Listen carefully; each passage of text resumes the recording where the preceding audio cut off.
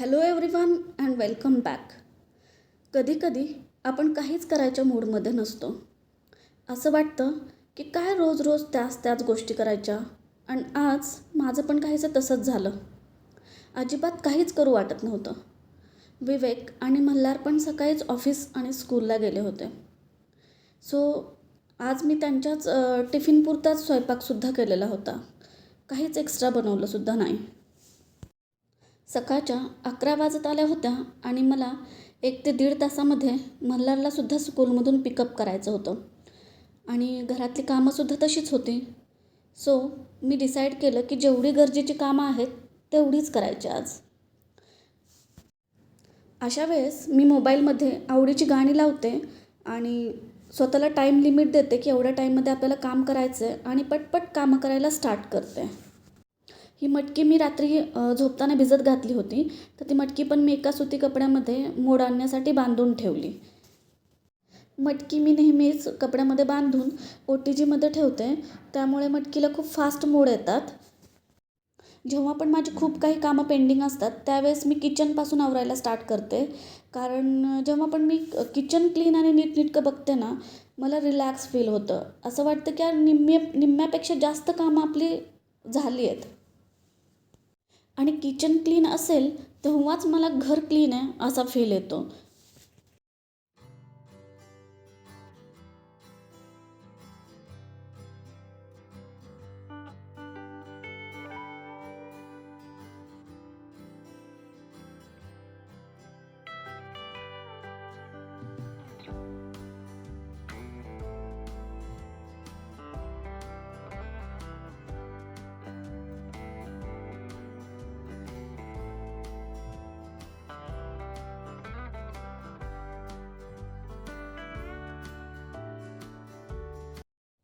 हे व्हाईट कलरचं रॅक आहे माझ्याकडे, जे खूप दिवसापासून असंच पडलेलं होतं. तर मी ते पण क्लीन करून ठेवलं.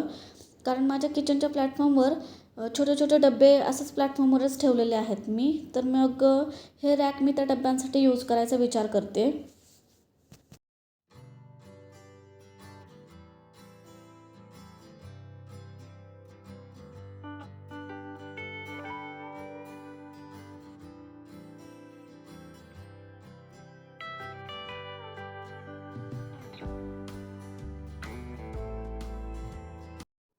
किचन आवरलं की मी पटकन कपड्यांच्या घड्या पण घालून घेतल्या. कारण कपडे तसेच काढून ठेवले की नंतर रोजचे कपडे त्यावरतीच पडून पडून एकाच दिवशी खूप कपड्यांचा ढीग जमा होतो आणि आपल्याला खूप लोड येतो. आता उन्हाळा पण चांगलाच चालू झाला आहे. सो मी रोज सगळे स्वेटर किंवा जॅकेट्स रोज एक एक वॉश करून ठेवून देते. म्हणजे घरात पण सगळीकडे पसारा होणार नाही या स्वेटर्सचा, जॅकेट्सचा आणि नेक्स्ट टाईमच्या थंडीमध्ये आपल्याकडे ऑलरेडी सगळं रेडी असेल. कितीही म्हणलं की फक्त गरजेपुरतं आवरायचं आहे, तरी मल्हारचाच पूर्ण घरामध्ये एवढा राडा असतो की तो आवरणं भागच पडतं. सो मग मी त्याने घरामध्ये सगळीकडे ज्या बुक्स केलेल्या होत्या आणि सगळीकडे कलरचे पेन्सिल झालेले होते, ते पण व्यवस्थित त्याच्या त्याच्या जागेवर त्याच्या कपाटामध्ये ठेवून दिलं. खरं तर हे सगळं बघितल्यावर खूप टेन्शन येतं की यार आता हे कधी आवरू, कधी करू म्हणून. पण करायला घेतलं की 5 ते 10 मिनटामध्ये सगळं जिकडच्या तिकडं आपण करू शकतो. सगळं व्यवस्थित जिथल्या तिथं आपण ठेवू शकतो आणि पूर्ण घर पण आपलं क्लीन होऊन जातं. आणि मग नंतर ऑन द स्पॉट हे बुक कुठे, ते बुक कुठे, पेन्सिल कुठे, इरेझर कुठे, असं करत बसण्यापेक्षा सगळं एकाच जाग्यावर मिळून जातं. तसं तर मी त्याला सवय लावते, रोज सांगते की घेतलेल्या वस्तू जिथल्या तिथे ठेवायच्या. कधी ऐकतो, कधी नाही ऐकत. आणखीन थोडासा लहान आहे, सो आपल्यालाच हे करावं लागणार आहे. जोपर्यंत त्याला स्वतःला समजत नाही की बाबा आपल्याला सगळ्या गोष्टी जिथल्या तिथं ठेवायच्या आहेत. गॅलरीमधल्या टेबलवर पण दिवसभर एवढा राडा केलेला असतो की तो स्कूलमधून यायच्या आधी मला हा टेबल पण कंपल्सरी आवरून घ्यावा लागतो. कारण मी तुम्हाला सांगितलंच की माझ्या घराच्या साईडला कन्स्ट्रक्शन पण चालू आहे आणि खूप धूळ जमा होते. आणि मल्हारचं कसं असतं की स्कूलमधून आलं की डायरेक्ट गॅलरी. त्यामुळं ही गॅलरी क्लीन ठेवणं आणि ह्या ज्या त्याच्या वस्तू, हा टेबल मला रोजच्या रोज क्लीन करावाच लागतो. कामाचा कितीही कंटाळा आला तरी बाकीच्या गोष्टी पेंडिंग ठेवलं तरी काही हरकत नाही. पण मुलांच्या बाबतीत कॉम्प्रोमाइज करून नाही जमत. त्यांच्या ज्या गोष्टी आहेत त्या आपल्याला वेळोवेळी क्लीन ठेवावेच लागतात, कारण शेवटी परत हेल्थचा प्रश्न येतो. And of course at the end we are mothers. आपल्या घराला, आपल्या मुलांना हेल्दी ठेवणं ही शेवटी आपलीच जबाबदारी आहे. So we have to do it.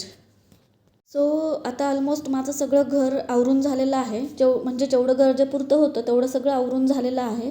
आणि मला मल्हारला पण पिकअप करायला जायचं आहे. तर त्याआधी मला आमच्या दोघांसाठी काहीतरी जेवायला बनवायचं होतं. सो मी विचार केला की आज मी टोमॅटो रसम आणि व्हाईट राईस बनवेल. टोमॅटो रसम बनवण्याच्या पण खूप वेगवेगळ्या पद्धती आहेत. खूप वेगवेगळ्या मेथडनी बनवलं जातं.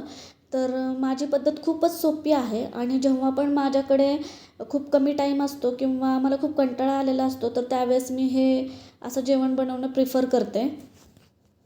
रसम पावडर बनवण्यासाठी मी थोडीशी हरभरा डाळ, लाल मिरची, धने, जिरे आणि लसूण हे सगळं व्यवस्थित पॅनमध्ये गरम करून घेतलं. म्हणजे थोडंसं भाजून घेतलं आणि ते थंड झाल्यानंतर मिक्सरमधून बारीक केलं आणि rasam powder is ready. Mostly tomato rasam हे टोमॅटो उकडून घेऊन बनवतात. पण मला नेहमी ऑन द स्पॉट आठवतं की मला टोमॅटो रसम बनवायची आहे आणि माझ्याकडं टोमॅटो उकडायचा एवढा टाईम नसतो. तर मग मी टोमॅटो न उकडताच ते बारीक चिरून वाफेवरती चांगले शिजवते आणि मग अशीच रसम बनवते. बट ट्रस्ट मी, असंसुद्धा टोमॅटो रसम खूप छान बनते. झटपट आणि टेस्टी खायचं असेल तर टोमॅटो रसम खरंच एक खूपच इझी ऑप्शन आहे.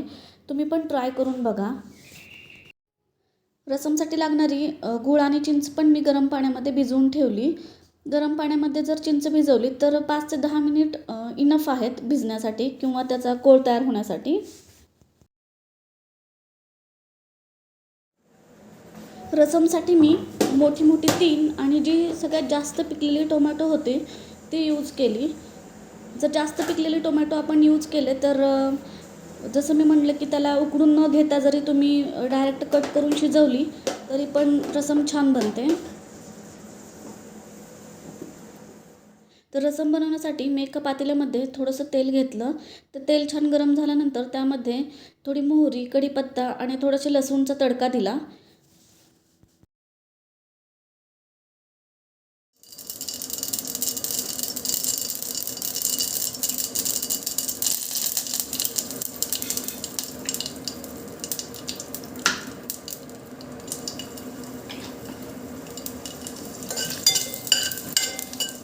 या तडक्यामध्ये मग मी जी रसम पावडर बनवली होती ती घातली आणि थोडीशी परतून त्यामध्ये मी जे टोमॅटो छान बारीक करून कट करून घेतले होते ते घालून परतले आणि त्या टोमॅटोमध्ये थोडंसं मीठ टाकलं आणि झाकण ठेवून शिजण्यासाठी ठेवून दिलं.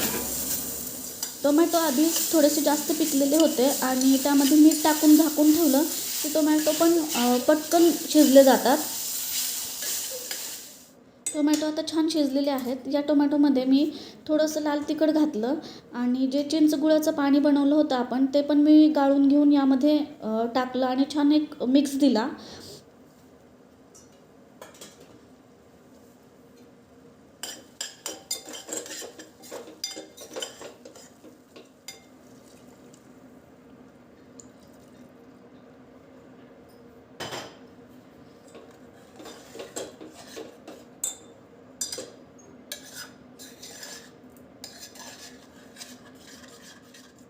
रसम थोडीशी पातळ छान लागते. सो मी यामध्ये थोडंसं गरम पाणी घातलं आणि त्याला एक उकळी येईपर्यंत शिजवून घेतलं.